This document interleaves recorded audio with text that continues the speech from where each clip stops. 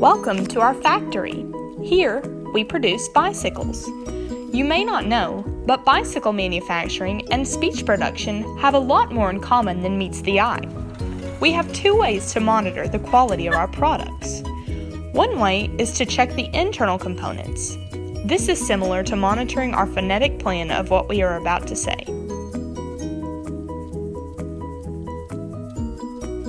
Looks good here. The other way we test our bicycles is by riding them ourselves. This is like receiving our own auditory feedback.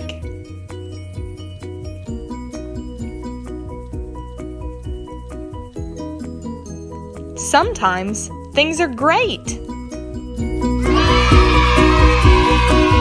And other times, not so much. Everything is just wrong.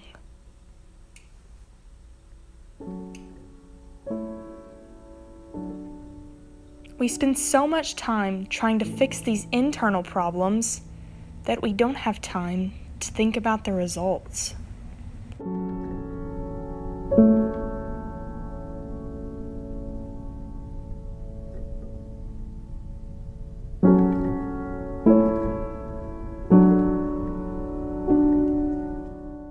It's time to ditch that pesky stutter and find ways to make this factory fluent.